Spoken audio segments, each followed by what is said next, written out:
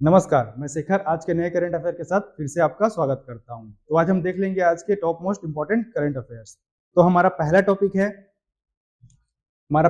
है squadron INAS 324। अब ये है क्या? तो यह जो है वो पूर्वी समुद्र तट पर निगरानी क्षमता को बढ़ाने के लिए भारतीय नौसेना द्वारा अधिकृत किया गया है।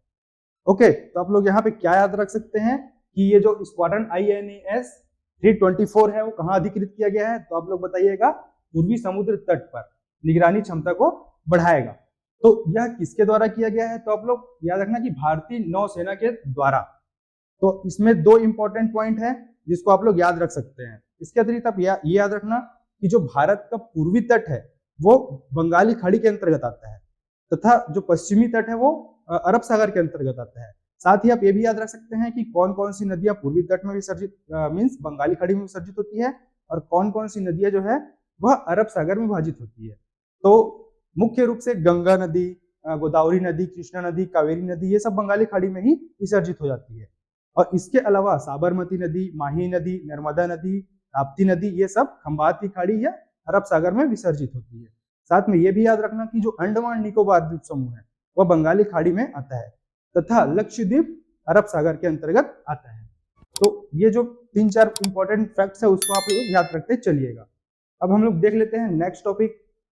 हमारा जो नेक्स्ट टॉपिक है वह है नारी को नमन योजना। अब हम देख लेते हैं कि ये जो नारी को नमन योजना है वह देश के किस राज्य सरकार के द्वारा संचालित की जा रही योजना है, इसके द्वारा चलाई जा रही है, तो हम लोग किससे संबंधित है, तो ये सब के बारे में हम लोग चर्चा कर लेते हैं। तो सबसे पहले आप लोग ध्यान रखना कि जो नारी नमन योजना है वह हिमाचल प्रदेश के द्वारा संचालित एक योजना है। अभी वर्तमान में यहाँ के मुख्यमंत्री है जयराम ठाकुर जी। तो जयराम ठाकुर जी ने ही नारी को नमन योजना की शुरुआत की। इसका उद्देश्य क्या था? इसका उद्देश्य है कि जो अपना स्टेट में सभी जो गवर्नमेंट बस चलती है, सरकारी बसें चलती है, तो उस बस के टिकट के किराए में 50% की छूट दिया जाने का घोषणा किया गया है। किनको दिया जाएगा? तो महिलाओं को 50% का छूट दिया जाएगा बस किराए में। तो आप लोग यही 2-3 फैक्ट याद रखना, पूरा पैराग्राफ पढ़ने की जरूरत नहीं है। नेक्स्ट टॉपिक है हमारा प्रौद्योगिकी नवाचार केंद्र, जिसको तिहान नाम दिया गया है।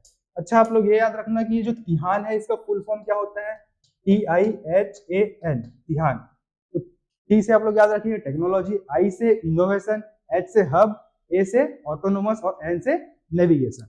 तो जो प्रौद्योगिकी नवाचार केंद्र तिहान है उसको 4 जुलाई 2022 को IIT हैदराबाद के कैंपस में प्रौद्योगिकी राज्य मंत्री केंद्रीय विज्ञान और प्रौद्योगिकी राज्य मंत्री ने कहाँ विकसित किया है? तो IIT हैदराबाद के कैंपस में विकसित किया है। आप लोग ये याद रखना कि कहाँ विकसित किया गया है, तो ये IIT हैदराबाद परिसर।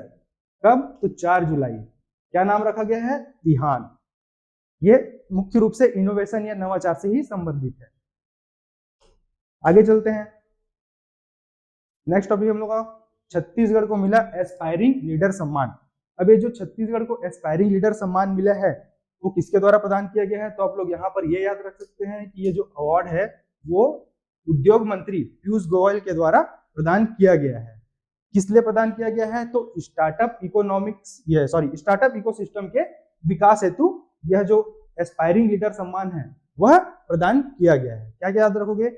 अभी औद्योगिक मंत्री जो है पीयूष गोयल का नाम याद रखना, इनके द्वारा ही सम्मान दिया गया है छत्तीसगढ़ को। किसका नाम याद रख लेना? एस्पायरिंग लीडर सम्मान। और किस लिए दिया गया है? तो स्टार्टअप इकोसिस्टम के विकास हेतु। आप लोग ये 4 चीजें याद रखना। इसके अलावा आप लोग ये भी याद रखना कि जो अभी वर्तमान छत्तीसगढ़ में संचालित औद्योगिक नीति है वो कब से कब तक है। तो आप ये देख सकते हैं कि 2019 से 2024 तक जो है वो छत्तीसगढ़ में अभी वर्तमान में जारी संचालित औद्योगिक नीति है। इसके बारे में आप लोग पढ़ लेना।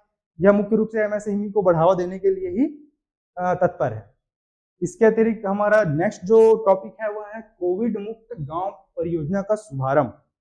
अब ये जो कोविड मुक्त गांव योजना है उसको छत्तीसगढ़ की सरकार ने जो है दूर दराज जो क्षेत्र होते हैं, दुर्गम क्षेत्र होते हैं, जहां तक पहुंच पाना कठिन होता है तथा वहां के निवासी जो है इजिली उनको स्वास्थ्य सुविधाएं नहीं मिल पाती या टीकाकरण की सुविधाएं प्राप्त नहीं हो पाती, तो ऐसे जगहों पर टीकाकरण और प्राथमिक स्तर की दैनिक सुविधाओं को बढ़ाने के लिए ही कोविड मुक्त गांव परियोजना का शुभारंभ किया गया है।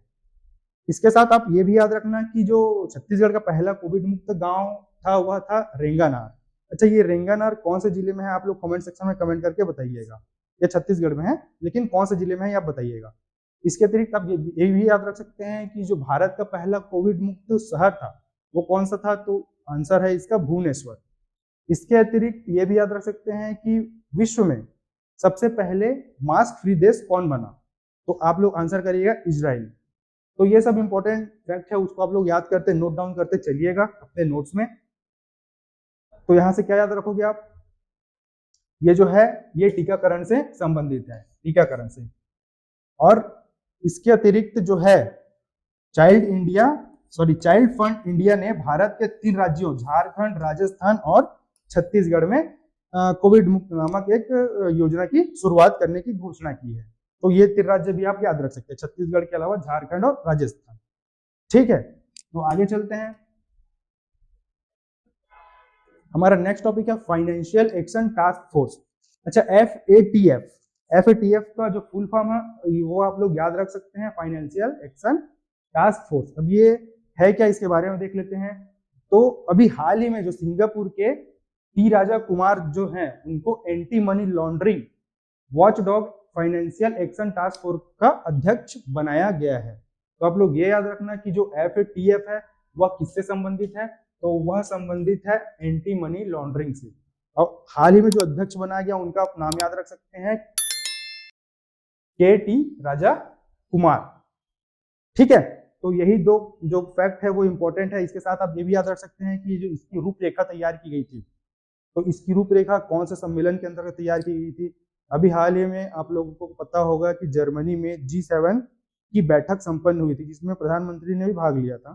तो इसके अंतर्गत ही G7 के अंतर्गत ही इस पहल का रूपरेखा तैयार किया गया था FATF का। तो आप लोग ये 3-4 बातें याद रखते चलिएगा। अब आ जाते हैं आज के करंट अफेयर के प्रश्नोत्तरी पर या क्विज पर। तो ये जो 5 क्वेश्चन है इसका आंसर आप लोग कमेंट सेक्शन में करिएगा। पहला क्वेश्चन है INAS 324 किस भारतीय सेना से संबंधित है, मतलब भारतीय थल सेना, वायुसेना, जल सेना किससे संबंधित है। सेकंड है हाल में ही जो IIT परिसर में जो स्थापित किया गया है प्रौद्योगिकी नवाचार केंद्र, इसका नाम क्या है। थर्ड है 4 जुलाई 2020 को पीयूष गोयल द्वारा छत्तीसगढ़ को कौन सा सम्मान प्राप्त हुआ। चौथा है छत्तीसगढ़ का प्रथम कोविड मुक्त गांव कौन सा है, ये मैंने आपको बताया है। FATF का पूरा नाम क्या है। तो ये जो 5 क्वेश्चन है इसका आंसर आप लोग कमेंट सेक्शन में करिएगा। तो कल मिलते हैं नए करंट अफेयर के साथ, तब तक के लिए धन्यवाद, नमस्कार।